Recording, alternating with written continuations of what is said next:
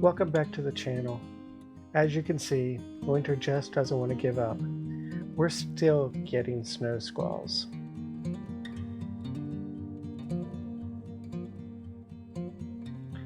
Today I'm removing some of the trellises. I need space for beans this year. I had planned for the garden to be flexible so that I can remove things as I need to, move things around from year to year.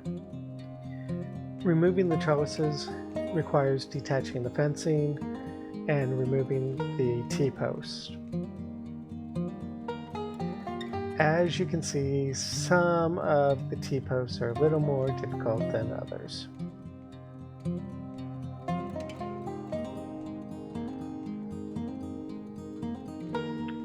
Now I can freshen up the beds. They were new last year and don't need a lot of attention. Now I'm putting in a rough indication for the new rows for the beans. I like to create my own mixture of soil for the garden. I use a little bit of peat moss, topsoil, a little bit of compost, and occasionally some already mixed up soil. Be sure to mix thoroughly.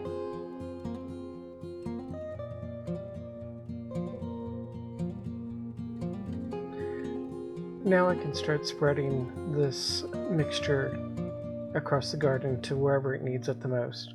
Some spots are a little lower than others because of the plants that were removed.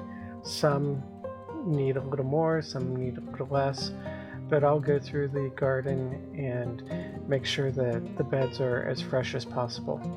I always try to rake in the new soil just to blend it with what was already there. As you can see, I've got a lot of beds to do, a lot of mixing to do.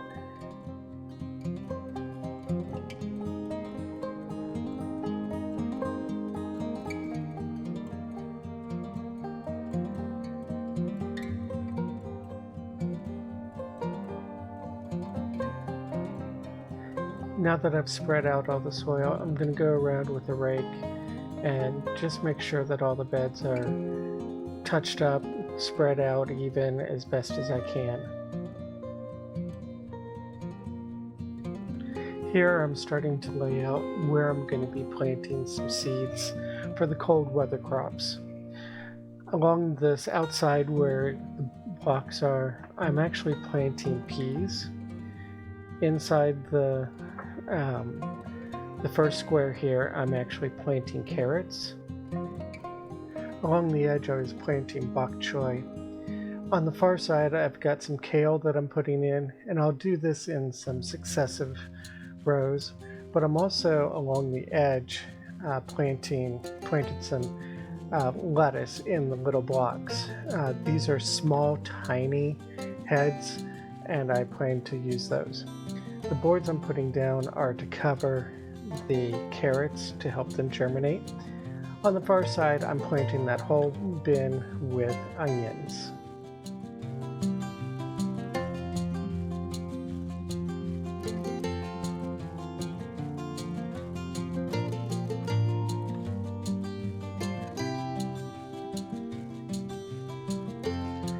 In the last garden video, you saw that I replaced part of one of the garden beds with a new one. This is the pieces that were left over, so I decided to create a new bed out of them around this tree. I put down some cardboard to block any of the grass and stuff that was in there, and then I went through and laid down some garden fabric to help extend that barrier. I was very careful not to put this directly around the base of the tree. This is some of the compost pile that I had. It hadn't broken down in a while, but I decided to go ahead and spread it out as bulk material. This pampas grass needed to be trimmed back so that it could grow again this year. So I got out my hedge trimmer and basically mowed it down. I find that this works very quickly and effectively and gives me a nice even haircut for the grass. Of course, I needed someplace to put all that pampas grass, so I brought some of it over to this new bed and pushed it down. This will break down over time, and with this dirt that I'm putting on top, this will be great soil for the melons that I plan to plant in here later this year.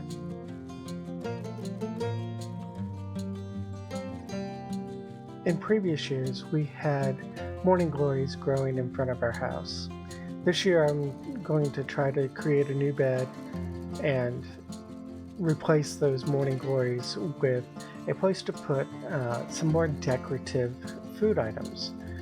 What I plan to put in here are cayenne and Tabasco peppers. They will go really well with the house and will be a nice conversational piece to talk with the neighbors as they walk by. Part of the reason that we're putting our peppers out front is we wanted to expand our garden even more this year, and I wasn't quite sure where to put things. So the morning glories, while they looked nice, they just were only decorative. They didn't feed us, and right now we're thinking that food is a little more important to grow and have.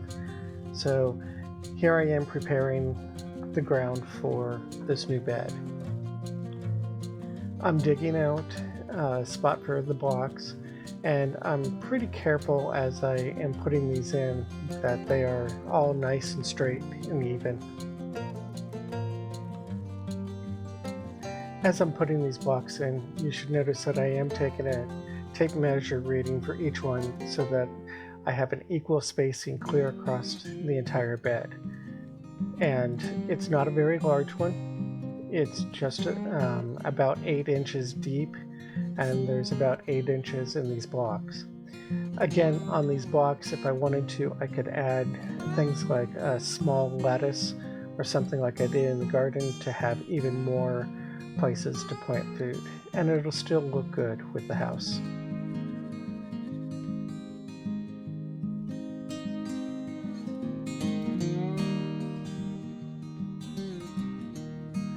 Like in the backyard around the tree, I am smoothing the dirt out that's in the bed. Then I'm putting down cardboard as a weed barrier, and this is also to help kill the morning glories that are underneath. In a minute you'll see that I'm also putting down the weed fabric, and this again is just to create a nice barrier so that we don't have any volunteer morning glories coming up through our now new vegetable bed.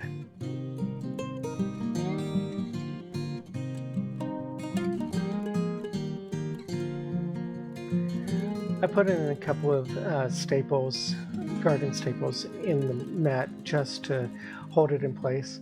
And then I got more of that pampas grass and pushed it in. Again, this is going to help fill in some of the bulk areas. I mix up my soil like I did in the back, and I'm going to spread this out. And in the end, this really looks good.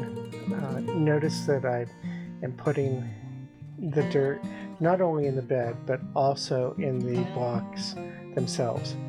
I want to be able to use that space as well for growing more food.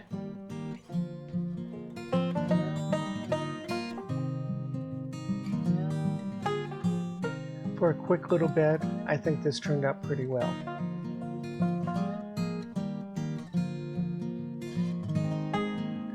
Now it's time to start another project for the garden. I'm going to start seeds for my peppers, my tomatoes, and a few other things that need to be started in pots.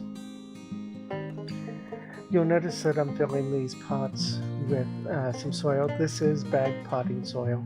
I'm not doing any kind of mixture here. I'm just using as it is coming out of the bag. What I'm going to do is put several seeds in each one of these containers, and I will separate them out later. This is a tip that I got from Roots and Refuge Farm. Jess there does this, and it saves room when trying to sprout. I can keep them all in one place really easily, and later I'll go through and I'll separate them out after they've sprouted.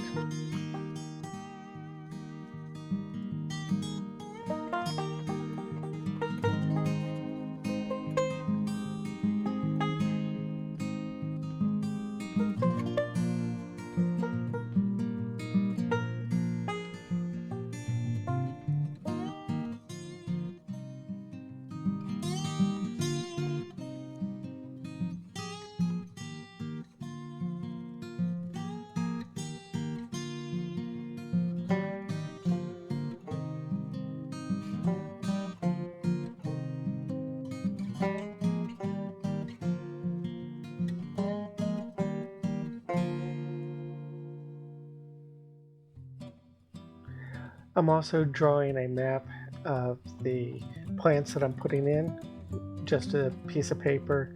I'm going to jot down what I planted where, so that way I know what plants I have when I go to plant them in the garden.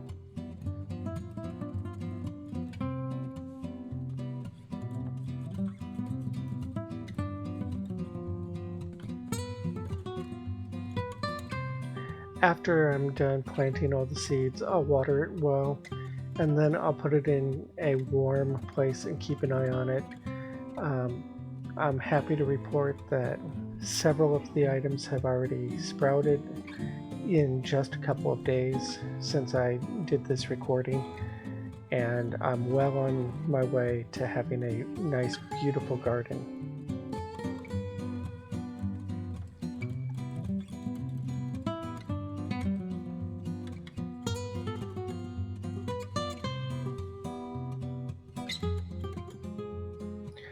Thank you for watching. Please subscribe, like, and comment.